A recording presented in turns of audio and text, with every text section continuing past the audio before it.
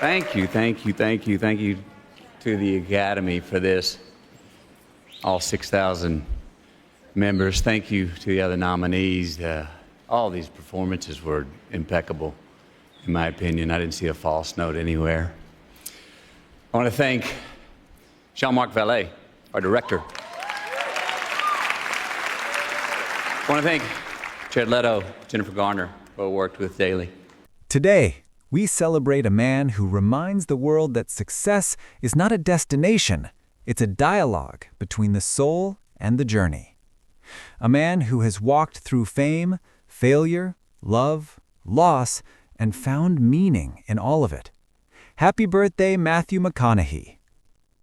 Today, we don't just celebrate an actor. We celebrate a philosopher in denim, a storyteller in motion, a dreamer who found grace not in victory, but in understanding. You've taught us that life is not about chasing light, it's about carrying it, even through the dark. Every story begins with a moment you don't remember, and every man becomes who he is because of the moments he'll never forget. For Matthew McConaughey, the story didn't begin in Hollywood. It began in Uvalde, Texas, under a sky wide enough to hold every dream and quiet enough to hear your own heart talking back. He was born into motion, a boy of open roads, southern skies, and restless wonder. His father, James, was larger than life, a man who worked with his hands, loved hard, and taught louder. His mother, Kay, was fierce, funny, and faithful. From them, he learned early that love isn't soft, it's strong. It holds you accountable, and it shapes you in ways comfort never could. His childhood was a mix of chaos and clarity. His parents divorced twice and married 3 times, to each other. Their love was wild, their lessons unforgettable. In that house, truth wasn't an idea, it was a rule. You said what you meant, and you meant what you said. If you got hit, you got up. If you failed, you tried again. That was Texas love, tough, unbreakable, and honest to the bone. He once said, "I didn't grow up learning how to win. I grew up learning how to get back up." And maybe that's why he never feared the fall. He was a dreamer with discipline, a boy who loved sports, storytelling, and silence in equal measure. He could have stayed in that small town forever, but something inside him wanted more, not for attention, but for adventure. There's a kind of curiosity that doesn't let you rest. It calls you somewhere bigger. And for Matthew, that call came not from fame, but from faith. Faith that life could be more than routine. Faith that if he listened close enough, he might just find his rhythm. He left Texas for the University of Texas at Austin, a place that would change everything. He studied film not for fame, but because storytelling felt like home. He didn't just want to entertain, he wanted to understand, to find the meaning between moments, the light between shadows. Then came the night that started it all, the night that would change his destiny. A small role, a bar, a few lines that would echo through generations. All right, all right, all right. That wasn't scripted. That was instinct. That was truth. That was Matthew McConaughey becoming himself on camera for the first time. The movie was Dazed and Confused, 1993. He was just supposed to be there for a few days, but what happened on that set was magic. A star wasn't born, a voice was found. And that voice carried something the world hadn't heard before. Authenticity, charm without arrogance, confidence without cruelty, the sound of a man who knew who he was and didn't need to pretend otherwise. Fame came quickly after that. Roles in A Time to Kill, Contact, Amistad. Hollywood fell in love with the Southern gentleman who could command a screen with a whisper. But Matthew never chased the spotlight. He danced with it. He respected it. He treated it not as a throne, but as a tool, a way to tell stories that mattered. He once said, "I'm not interested in happy endings. I'm interested in stories that make you think about what happiness really means." That philosophy would shape everything he did, every role, every risk, and silence between them. But success doesn't erase questions. And even as his star rose, Matthew began to feel something missing. Because sometimes, when the world gives you everything, you start wondering what it took from you to get it. He looked around at Hollywood, the red carpets, the cameras, the noise, and asked himself quietly, who am I in all this? That question, more than any award or paycheck, would define the next chapter of his life. He once said, "There's a difference between what you do and who you are. Sometimes you've got to lose one to find the other." He didn't know it yet, but that was the lesson he was about to live. And so, as the world celebrated the movie star, Matthew began searching for the man. Not the actor on screen, but the soul behind the smile. Because fame can give you everything, except peace. And for a man raised on honesty, peace mattered more than applause. Today, as he adds another year to a life fully lived, we don't just celebrate an actor. We celebrate a seeker, a man brave enough to step out of character and meet himself again. Because real success isn't the spotlight that finds you. It's the silence that teaches you who you are when the lights go out. And in that silence, Matthew McConaughey was about to find the truth he'd been chasing all along. Every story worth telling starts with roots. Because a man who forgets where he comes from will never understand where he's going. Matthew McConaughey's story began long before Hollywood, before the cameras, before the fame, before the world ever knew the sound of that drawl that could turn a line of dialogue into scripture. His story began in Texas, a place that doesn't raise stars, it raises souls. He grew up surrounded by heat and honesty, by wide skies and louder tempers. His parents didn't talk about love, they lived it. Messy, passionate, unpredictable, but real. James and Kay McConaughey weren't perfect, but they were unforgettable. They taught their boys that love wasn't a fairy tale, it was a fight worth having. They married 3 times and divorced twice, each time returning to each other as if chaos itself was their form of faith. It wasn't polite love, it was Texas love. Fierce, physical, faithful in its own raw way. Matthew once said, "My parents didn't teach us how to be perfect. They taught us how to be real." Real meant you could shout, cry, break, and still come home for dinner. Real meant consequences. His father didn't believe in shortcuts. If you messed up, you were held accountable, immediately. If you disrespected someone, you faced it like a man. There was a code in that house, one not written, but lived. You tell the truth, you stand tall, you do the right thing, especially when nobody's watching. Those weren't lessons from a book. They were lessons from life. Matthew's father was a man of work, a former football player turned oil supplier with hands that told their own stories. He was loud, proud, and built like the rules he enforced. Solid, straightforward, and unbreakable. His mother was the opposite. An artist of language, a lover of laughter, a storm disguised as sunlight. From her, Matthew learned how to talk to people, how to charm them, how to make words dance. From his father, he learned to listen, to himself, to silence, to truth. Between the two of them, he learned balance, how to live big and love bigger. Life in that house wasn't easy, it wasn't calm, but it was alive. And that aliveness shaped everything he would become.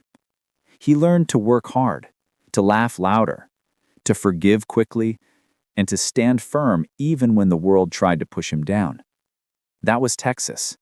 That was home. That was where the man before the fame was built. When Matthew speaks of his upbringing, there's no bitterness, only gratitude.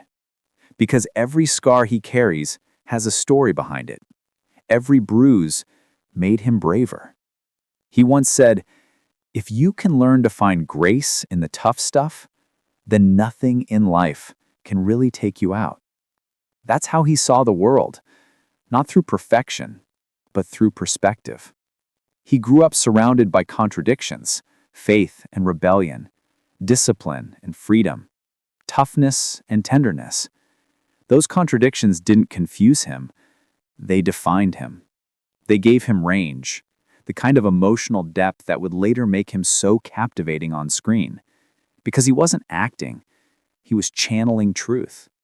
In his teenage years, he was the golden boy, football player, charmer, storyteller, a young man who could make anyone laugh, and yet always seemed like he was carrying some secret wisdom about the world.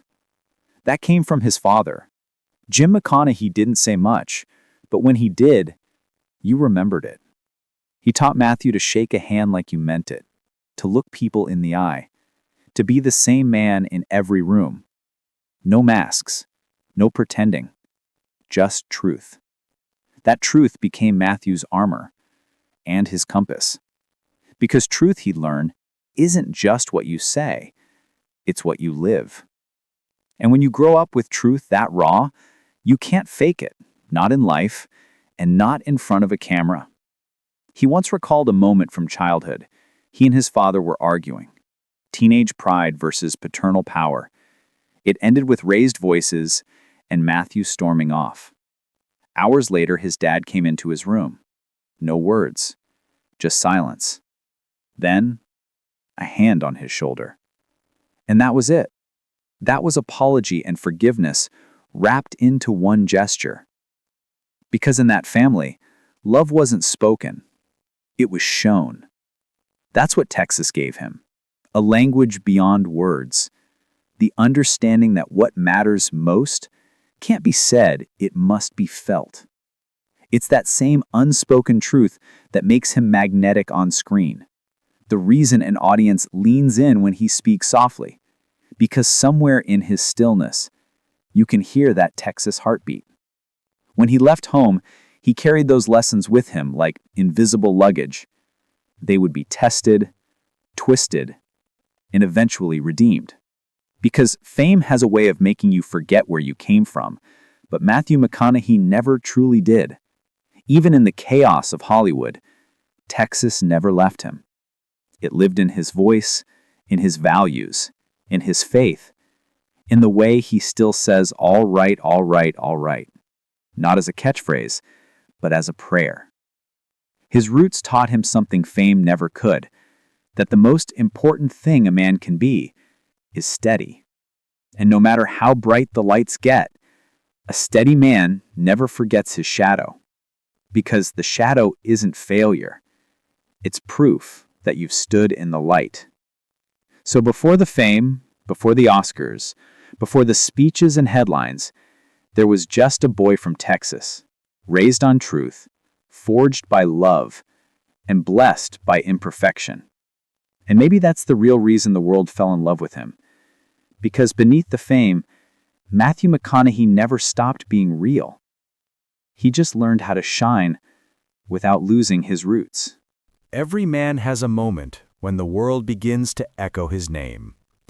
For Matthew McConaughey, that echo began quietly, on a film set in Austin, with a single line that would follow him for the rest of his life. All right, all right, all right. It wasn't scripted. It wasn't reversed. It was Matthew being himself. And that was the beginning of everything. The movie was Dazed and Confused, a small film, low budget, but filled with raw youth and rebellion. When the cameras rolled, something happened, something that couldn't be written. The kid from Texas became Wooderson, smooth, cool, effortless, the guy who seemed to know something the rest of us didn't. He wasn't acting, he was being, and audiences felt that. For the first time, Hollywood felt his rhythm. He didn't chase fame. Fame came to him. And it came fast. Within just a few years, he went from local talent to one of the most sought-after names in the industry. There was something different about him. The way he looked straight into a camera and somehow made it feel like a mirror. The way his voice wrapped around a line and made it sound like a life lesson. He wasn't polished, he was pure. And Hollywood hadn't seen that kind of truth in a long time. Then came A Time to Kill, 1996. The role that changed everything. As young attorney Jake Bridgens, Matthew carried the weight of justice, race, and morality with a conviction that felt bigger than the screen. When he delivered that closing monologue, "Now imagine she's white," the world stopped. It wasn't just acting. It was revelation. It was a young man channeling every lesson he'd learned about truth, courage, and compassion from his Texas upbringing. The world took notice. Critics called him the next Paul Newman, the next Redford, the next great leading man. But Matthew didn't want to be the next anyone. He wanted to be the first himself. And he was. For the next few years, he was everywhere. Contact, Amistad, EdTV. And then came the era that would make him a household name, the romantic comedies. The Wedding Planner, How to Lose a Guy in 10 Days, Failure to Launch, Box Office Gold, A Smile Worth Millions, the easygoing charm of a man who could make romance feel like truth. Audiences adored him. Hollywood crowned him king. But Matthew McConaughey, the man, was beginning to feel something else. Because success, when it comes too easily, can start to feel like a costume that doesn't fit anymore. He was grateful. He was proud. But deep down, he knew he was living someone else's story. He'd become a character the world wanted. The charming, shirtless, sun-soaked hero, but not necessarily the one he wanted to be. The world had typecast him as the man who had it all, but inside, he was starting to wonder what all really meant. He once said, "There's a time in your life when you stop chasing applause and start chasing meaning." That time was coming, but not yet, because for now, the world was still calling his name, and he was still answering. With fame came attention.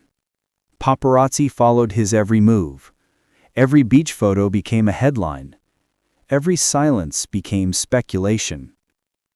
He was living a life most people dream about, and yet it started to feel like someone else's dream. Because when you're always being watched, you start to forget how to look inward. Even in the chaos, though, he never lost his roots. He still called his mother every Sunday, still prayed quietly before bed, still wrote in his journal, capturing thoughts most men never speak out loud. Because behind the charm and fame, Matthew was still that Texas boy who believed life was sacred and truth was survival. Hollywood called him the Golden Man. But gold, under too much pressure, can crack. And those cracks were beginning to show. He'd go to premieres smiling, but inside, he felt a quiet emptiness, a sense that the roles he was playing no longer reflected the man he was becoming. The laughter was loud, the lights were bright, but the meaning was dimming. He once looked in the mirror and asked himself a question that would change his life. What if success isn't about more? What if it's about less? Fewer lies, fewer masks, fewer distractions.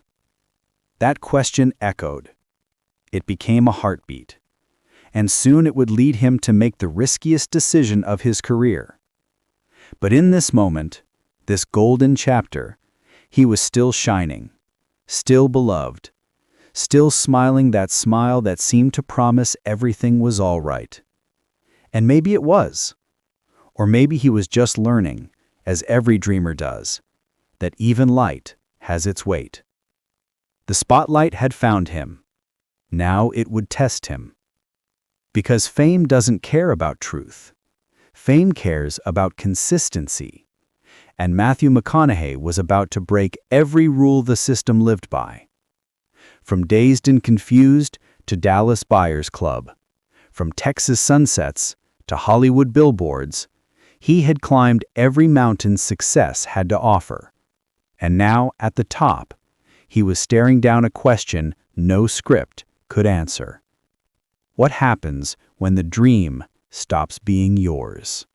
Every dream comes with a price tag, and sometimes it's not money, it's peace. Matthew McConaughey had everything he was told to want: money, fame, beauty. He was the man every magazine wanted, the face every movie poster needed, the smile that could sell anything. But somewhere between the flashbulbs and the applause, something inside him began to dim. The laughter on screen started to feel hollow. The roles felt smaller than the questions he carried. And for the first time in his life, the man who always knew his next move began to wonder if he'd lost the plot. He once said, "When everything around you says yes, it's hard to admit that your soul is saying no." That's where he was, living in the middle of yes, haunted by the quiet sound of no. Fame has a way of giving you everything, while taking away the one thing that matters most: your sense of direction. He'd wake up some mornings and not know who he was playing, the man in the movie or the man pretending his own life was still fun. It wasn't that he hated acting. He loved it, but he was tired of being comfortable, tired of repeating versions of himself that no longer felt true. Hollywood had him in a box, and it was a beautiful box, lined with success, fame, and money. But a box is still a box. He said later, "I was the go-to guy for romantic comedies, but that wasn't my life anymore. I needed something real." And so, he did something unthinkable. He stopped. He turned down offers, millions of dollars. He said no to the kind of roles that had built his name, no to comfort, no to fear, no to noise. And when Hollywood didn't believe him, he disappeared. For almost 2 years, Matthew McConaughey vanished from the screen. At first, it was freeing. Then, it was terrifying. The phone stopped ringing. Scripts stopped arriving. His name faded from headlines. He'd wake up in the quiet of his Texas home, sit on the porch, and wonder if he'd made the biggest mistake of his life. But underneath that fear, something sacred was happening. He was learning how to live again, without validation, without spotlight, without the applause of strangers. He started writing, journaling, praying, running through the Texas hills until the noise in his head finally started to sound like rhythm again. He began talking to God, not for answers, but for peace. He said, "I wasn't looking for signs. I was looking for stillness." And slowly, that stillness started to speak. He spent time with his family, he cooked, he laughed without cameras around. He began to realize that life didn't need to be cinematic to be meaningful. He began to live simply, the way he was raised. He fixed things with his hands. He sat outside and watched sunsets like they were sermons. He listened to the world breathe. It was humbling. It was healing. It was hard, because slowing down is easy to say until you have to sit still with yourself. He realized that for years, he'd been addicted not to fame, but to forward motion, to always being on the way to something. And now, with nowhere to go, he had to face what he'd been running from all along: himself. He said later, "I had to learn how to be Matthew, not McConaughey." That was the crisis, not a fall of grace, a fall into truth. People around him didn't understand. Some thought he was crazy, some thought it was ego, some thought it was over. But Matthew knew something they didn't. Sometimes you have to lose yourself on purpose to find what's real again. And so he waited. He trusted the silence. He trusted the stillness. Because silence, he learned, isn't the absence of sound. It's the presence of understanding. Months turned into years. And then, one day, the phone rang again. But this time, it wasn't Hollywood calling for a smile. It was calling for a soul. The script was The Lincoln Lawyer, a story of redemption, morality, and truth. It was everything he'd been living, everything he'd been waiting for. He said yes, and when he stepped in front of the camera again, something had changed. The charm was still there, but the innocence was gone. In its place, depth, weight, wisdom. The boy who once played love was now playing life. That film didn't just mark his return, it marked his rebirth. And when the world saw him again, they saw it too. The same light, but clearer. The same man, but freer. He wasn't acting anymore. He was being.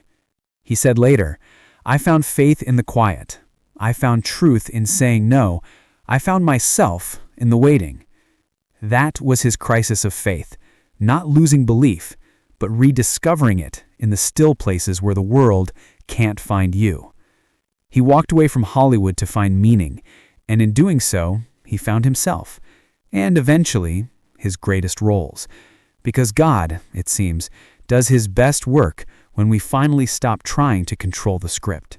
When Matthew McConaughey disappeared from Hollywood, most thought it was the end. But endings, he would learn, are often just God's way of pressing pause until you're ready to play again. The man who once lived in constant motion was now living in stillness, and somewhere in that stillness, he found direction. He had walked away from everything familiar. He had risked comfort, reputation, income, identity, all for something the world couldn't measure: peace. And for the first time in years, he wasn't chasing anything. He was becoming. He once said, "You don't find yourself on the mountaintop. You find yourself in the climb, in the sweat, in the solitude, in the silence between steps." That's what those years were, a climb back to clarity. And when he finally reemerged, the world almost didn't recognize him.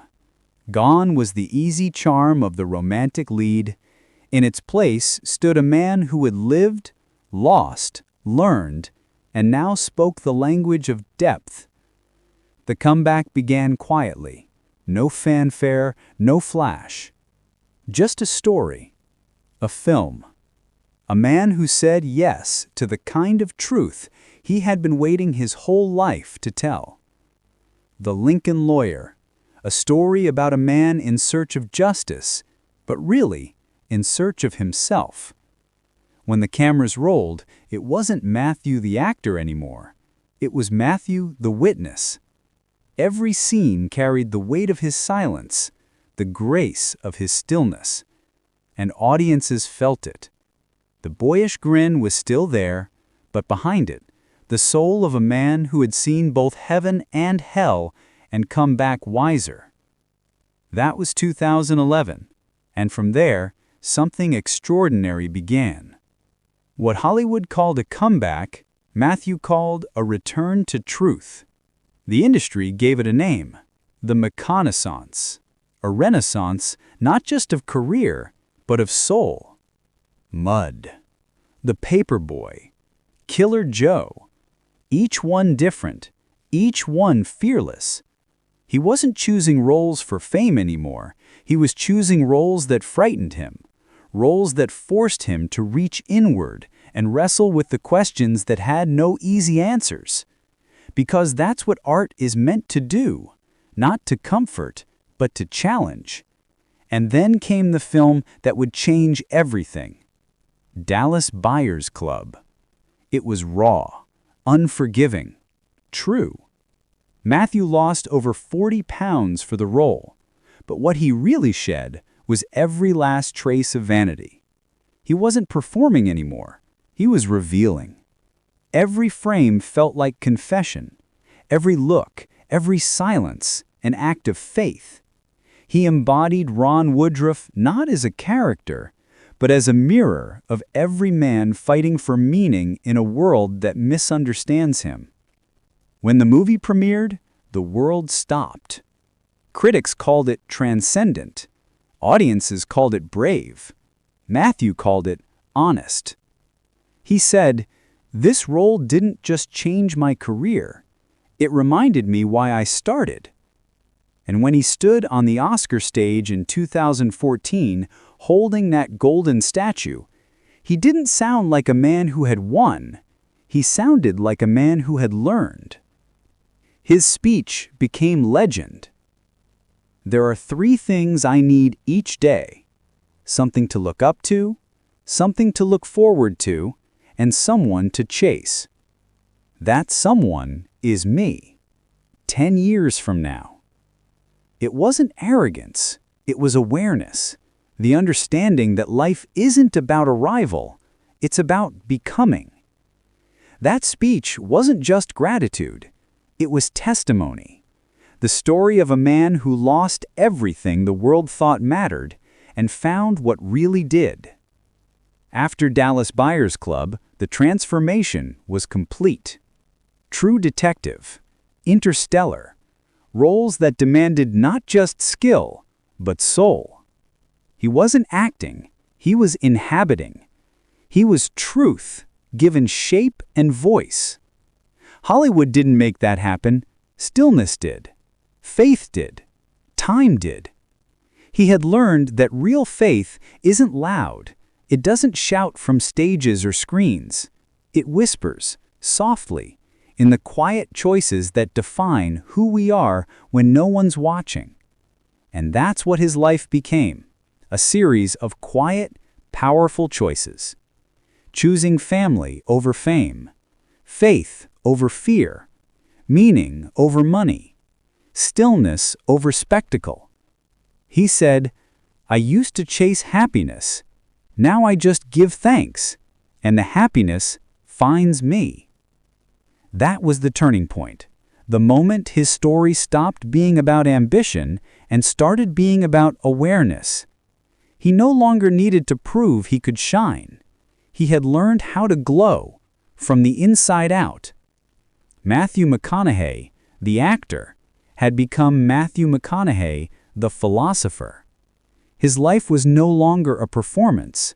It was a prayer, lived out loud, with laughter, loss, and light intertwined. And so the man who once sought validation became the man who offered wisdom. He began writing, teaching, sharing his faith in life's rhythm, its green lights and red lights, its pauses and pushes. He told the world that every obstacle is not a dead end, but a detour to purpose. He said, "Life's not about balance. It's about catching more green lights than red." That philosophy became his art, his book, his mission, his legacy. He had become more than an actor. He had become an example, proof that the climb is worth it when you learn to love the steps. He once said, "The truth will set you free, but first, it's gonna piss you off." And it did. But then it set him free. Because freedom, he learned, isn't walking away from the world. It's walking into yourself and finding peace with who you meet there. After the spotlight fades, after the applause quiets, what's left? For Matthew McConaughey, what was left was grace.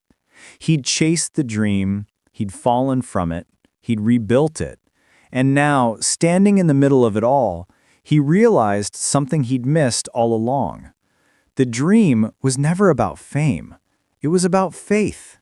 Not the kind you preach, the kind you practice.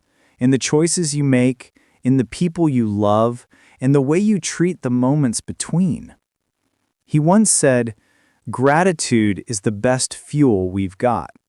It's renewable, it's endless, and it turns everything we already have into enough." That became his gospel, and he started living by it. In interviews, he no longer talked about success. He talked about service. He talked about mornings with his family, about sitting on the porch with his wife Camila, about the miracle of watching his kids grow, Levi, Vita, and Livingston. He called them his Greenlights, because in a world obsessed with what's next, they reminded him of what's now. Matthew found something sacred in ordinary life.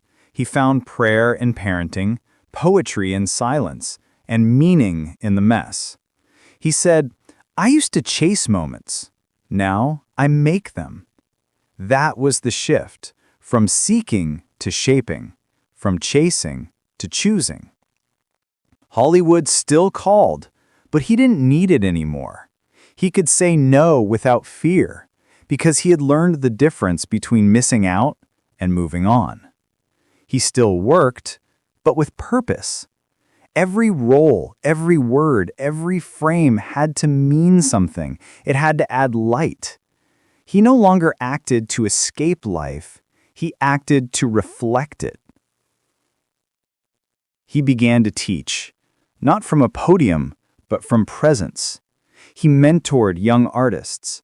He gave lectures on storytelling, on faith, on truth. He spoke not about fame, but about meaning. He told students, don't play the part they want. Play the one you were born for. Because the only role that lasts forever is the one that's real. He started writing his memoir, Greenlights, not as a celebrity, but as a man who had lived enough to understand that life's lessons aren't in the victories, they're in the pauses.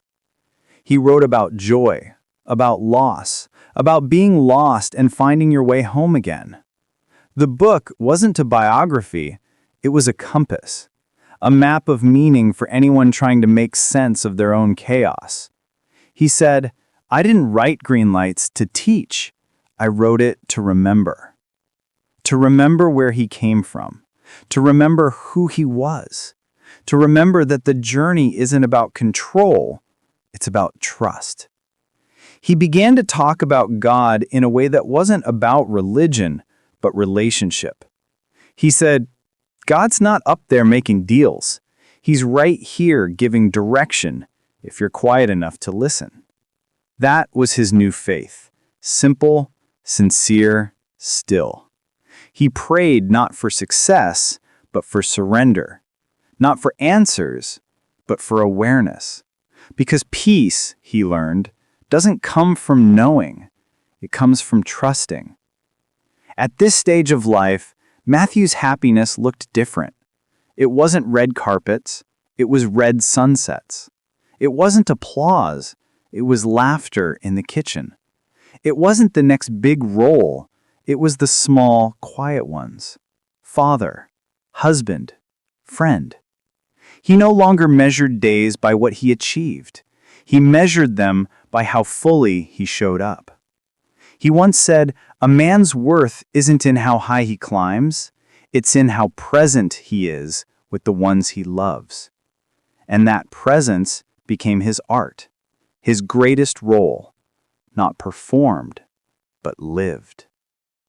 People began to see him differently. The Hollywood heartthrob had become the philosopher. The actor had become the author.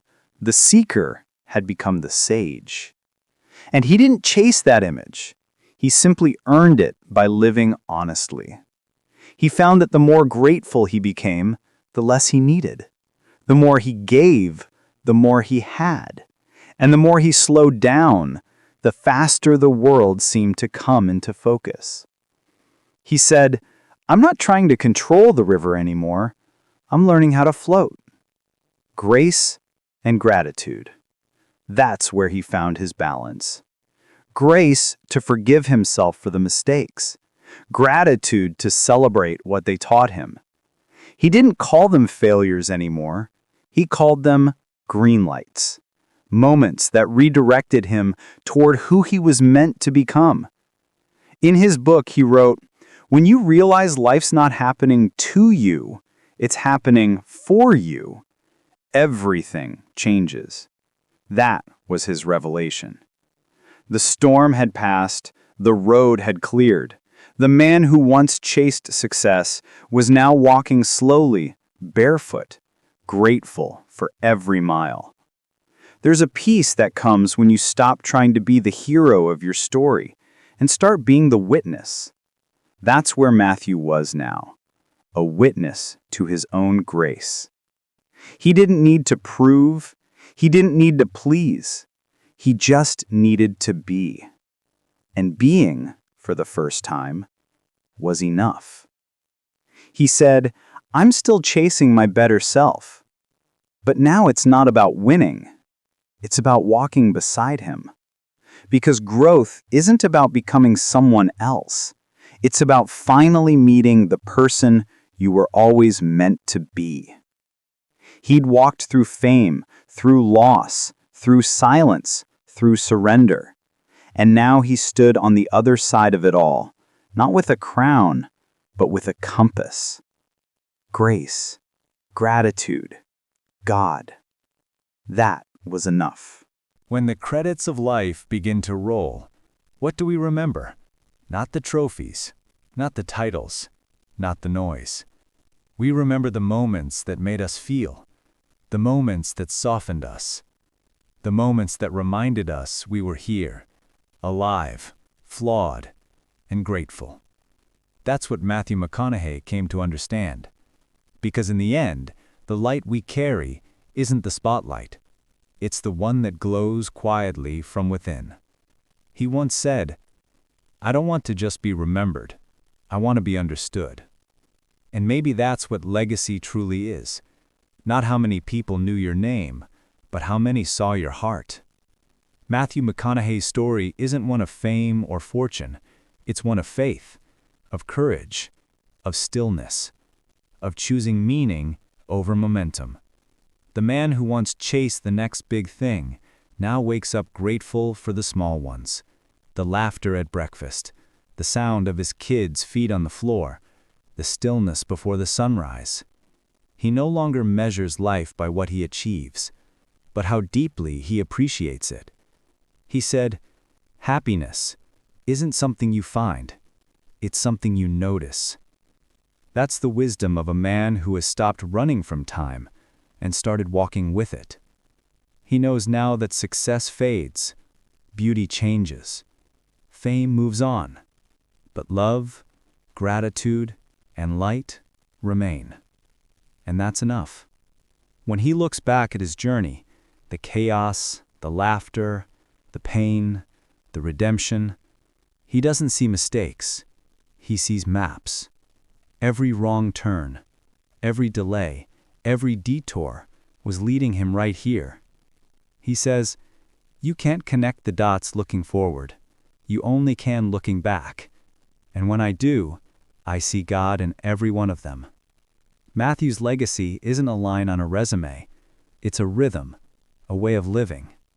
To move slow in a fast world, to listen when everyone else is talking, to stay grounded when the ground shakes, to keep walking when the road disappears. That's not celebrity. That's character. He has learned that peace doesn't come from avoiding pain. It comes from walking through it and thanking it for what it taught you. He's learned that real wealth is time well spent. That success without gratitude is just a louder kind of loneliness. And that the point of the journey was never perfection. It was perspective.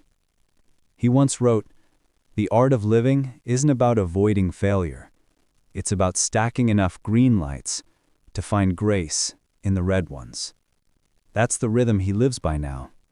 Grace in the red lights, gratitude in the green, faith in between. And maybe that's what makes his story timeless.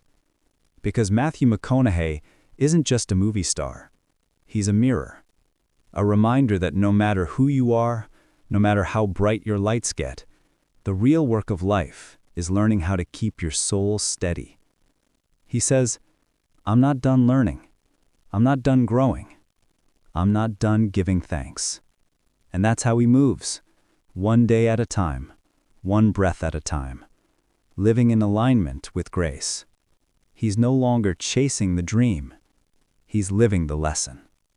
And so on this day, as we celebrate his life, his art, his faith, we don't just say happy birthday. We say thank you.